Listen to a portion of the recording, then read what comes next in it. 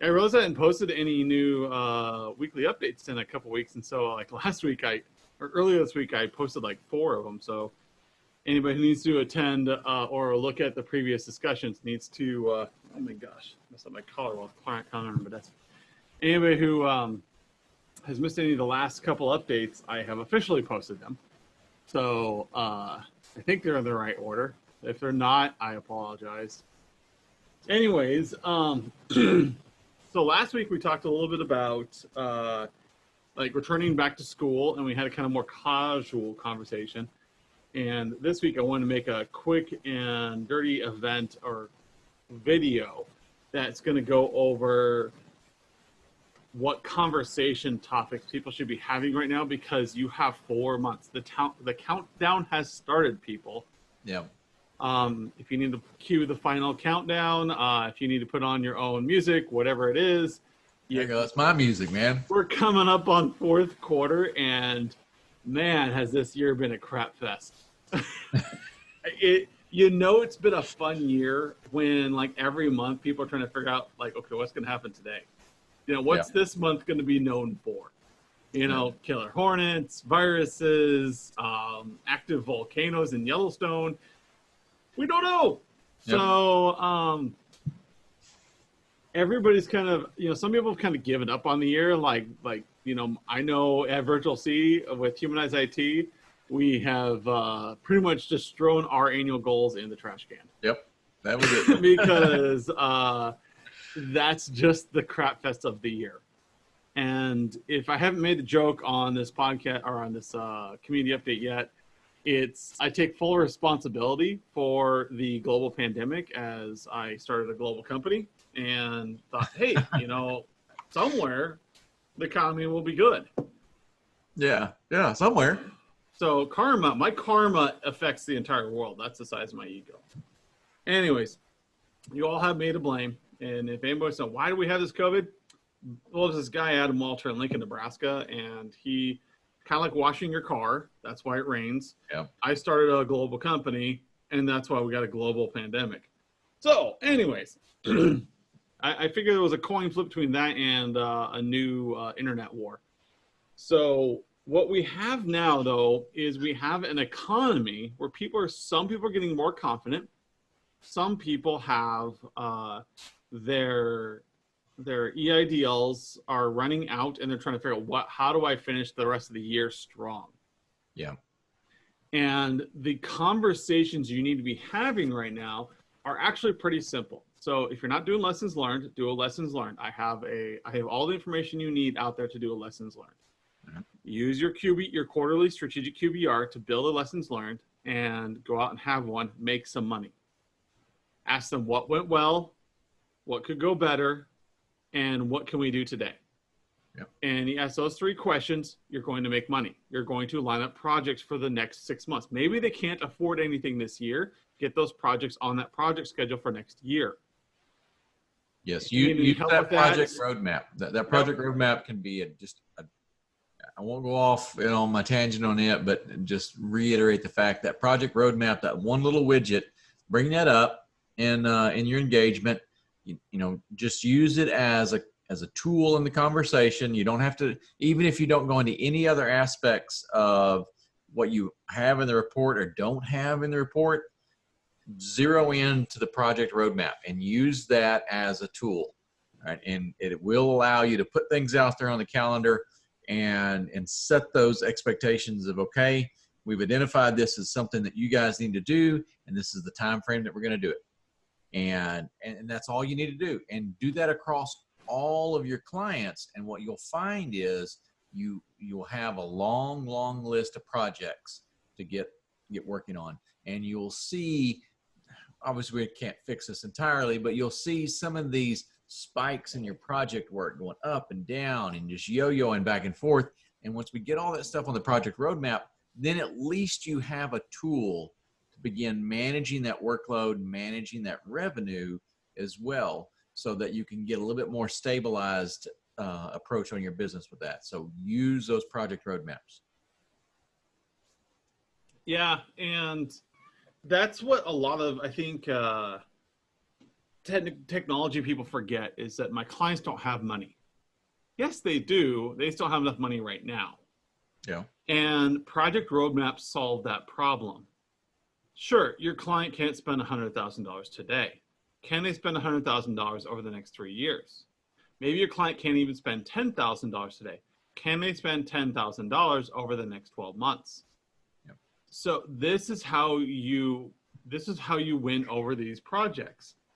A lot of you have lines of credit at banks that you can utilize for these exact things.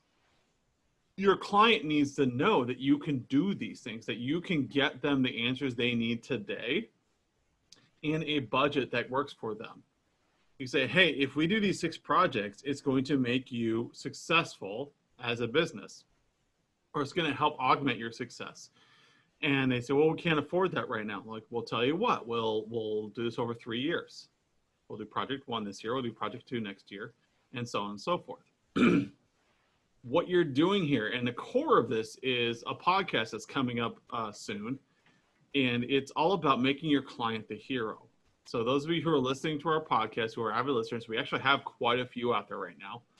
Our podcast is being very successful. If you haven't been to our Facebook page, check it out as well. But the upcoming podcast series we're doing is all about making your clients the hero, making them look better. And this isn't from Virtual C or HIT standpoint. This is from a separate company that I ran across here about 6 months ago that does improv training. And their entire thing revolves around making other people look good. So when you walk into your client's office, keep that in mind. How do I make my client look good? And it's more than just uptime. It's how do I help them? You as a business have been impacted by the pandemic. How have they been impacted? And how can you make them successful? Don't make yourself look better. Make them look better. That's it. And so this podcast series is actually going to be really good. And Gina insisted that Skip be on the podcast. So she's like, well, I want Skip on this podcast. I'm like, okay, all right. So we'll see what her plans are for you, Skip. I'd be worried.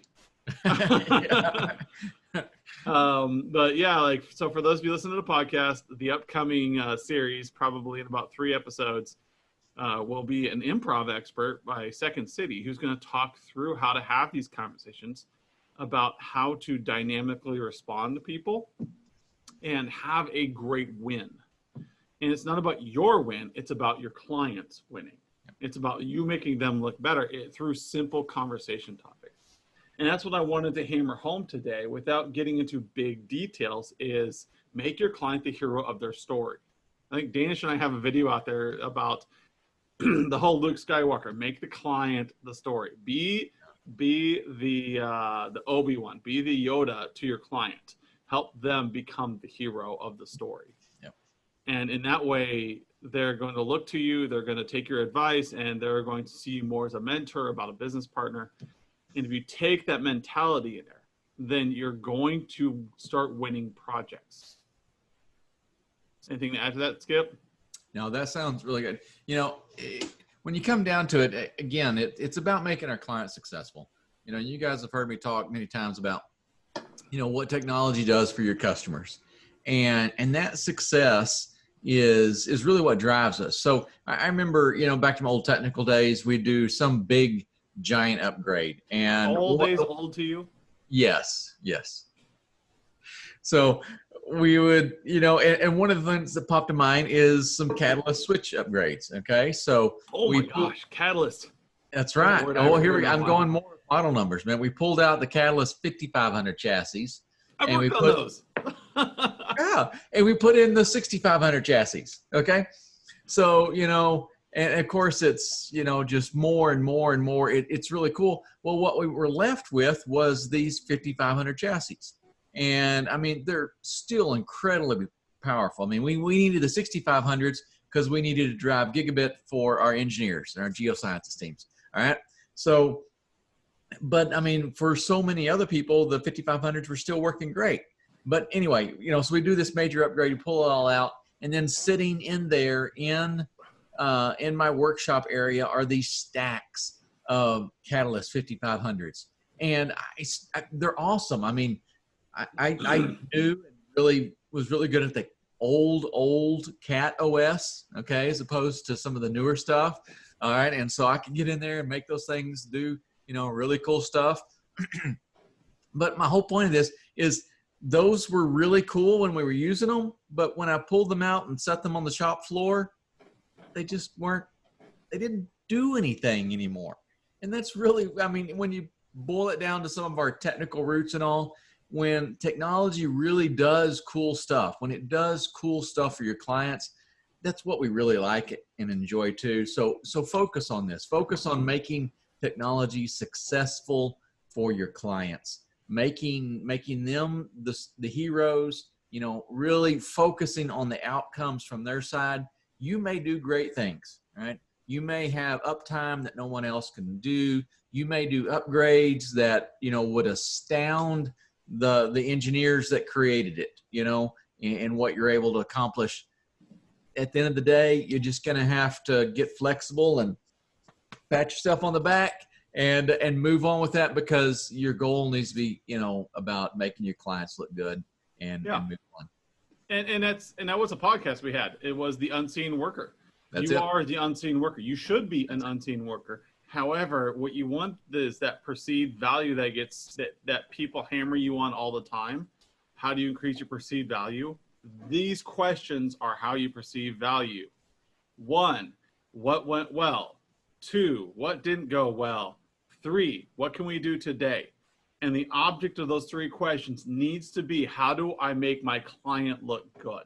Yeah. And you can make that a catchphrase. Some clients, who is it? Procter & Gamble was, we don't make the products you use, we make the products you use better. There you go. That's that is who you need to be for this last quarter. Yep. You need to be that company that says, we don't make you success. We don't find new purchase of revenue. We make your business more successful. Yes. Be that, like, hey, let me come in and help you be successful. Help me tell your story. Let me augment you. That word augment becomes a key phrase in your conversations. We don't make your business, we augment it. That's what technology does. A lot of businesses can run just fine without a technology department, but they won't run as well. And we know this, we've seen this over and over again. If you, as a technology provider, decide that you are just a VAR, that you are just somebody who resells equipment, by all means, that may be your business model. But if you want to be a differentiator, if you want to be successful, this next 3 months is what you need to be focusing on. You got to be focusing on, how do I make my clients more successful? And that's why I'm making this particular session this week short and quick, because it's only those 3 things. What went well, what isn't going well, and what can we do better? And when I mean we, I'm referring to their business. Yes. It is now a we. When you say we, it shouldn't just refer to the MSP. It shouldn't just refer to the technology. It should say, your dog kennel and us, how do we become better? Yep. How can we tell your story better? Maybe you need to have more support. Maybe you need to have, maybe there's something that's holding them back. What's not going well? That's that question. What's not going well? Maybe there's a solution you have that they don't know about. There are solutions out there that you'll walk out into a business and say, hey, why are you doing it that way? Why don't you just use an electronic document system? Think about how many schools need to be using some kind of e-portal. What if they knew about Seesaw? What if they knew about some of these e-portals that were really cheap and easy to use? How much money would they pay for those? What kind of donor could they find to make that happen for you? But they don't know. And you're not listening to them as a business saying, what do they actually need, so that you can connect the dots and make them look good. That's really, and so I'm telling this story twice today. So, but I really like it. So I was talking with a client earlier this morning, and long story anyway, came up on the subject of augmented reality. And some of you guys may have heard, my story of working with what would be what you'd classify as a non-technical company. I mean, they were very much into, big iron versus digital sort of implementations. And my recommendation for them many years ago was to get into augmented reality. It was a great solution for them. it was a bit of a stretch. Okay, they didn't go down that route.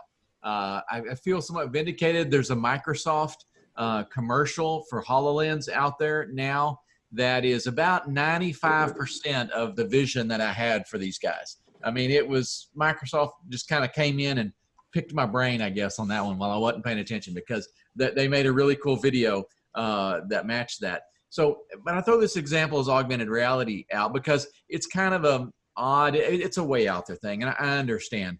But, you know, I knew about that, and I saw the opportunity that this organization could benefit from that by listening to them. It came out of their SWOT analysis. I listened to them talk about the challenges they had with their intellectual property, the challenges they had with their senior directors, so many of these guys wanting to retire, so many of these guys wanting to move to the lake and go fishing, and their challenges of hiring new employees, the skill level on their new hires, and being able to build that talent up. That was all the client's conversation. That was all about them. And in taking all that in, I had one thing that came up, and I said, wow, guys, you know, augmented reality would provide a really good fit here for you guys in this. Now, for most cases, it is going to be something much simpler. Kind of like Adam mentioned, you know, they keep saying, oh, we can't get this, you know, system to print right. And well, why print at all? Why not use electronic documentation? That's something that would be easy. You know, somebody says, oh, we got to drive in to do that. Really? Do you really have to drive in? Can we not do that with a virtual session? You know, can we do something online and push that to a digital environment? So those are things you're going to be very comfortable with, but first listen to your clients, have those conversations, understand what it takes to make their businesses better. Yeah. And that is, again, where I'm going to leave you guys with what has gone well, what hasn't gone well, and what can we do today? And if you do those three with the object in mind of helping your client be successful, you're going to land projects. No matter what meeting you have with your client, whether you're just talking through the latest deployment, you're talking about Office 365 migration, whatever you're doing, keep in mind those three questions, and you will generate more revenue because you're going to be different. You're going to be talking about how do we make them better. And this last quarter, everybody's desperate. They want answers. They want help. I've been saying this for 3 months now, 4 months now, since April. You got to align with your customer, and you got to provide solutions. And this is how you do it. I can't make it any clearer than that. You have the tool in Managed Services Platform. You can use a strategic QBR, and you can record this stuff. It's really easy. Create a narrative, create a project roadmap that helps your clients be successful. You do that, you will generate revenue. And that's as easy as I can make it. And that's all we have for today. I made it exactly 25 minutes. I said 25 minutes in the email, and I'm on the dime. Even with Skip's long stories. There we go. Old timer stories. All right. And with that, if anybody has any questions, please schedule time. I will walk you through this. It's part of your HIT membership, and we will help you design out lessons learned. We will help you walk you through these meetings. Until then, we'll see you. If not, we'll see you guys all next week. All right. See you later. Bye.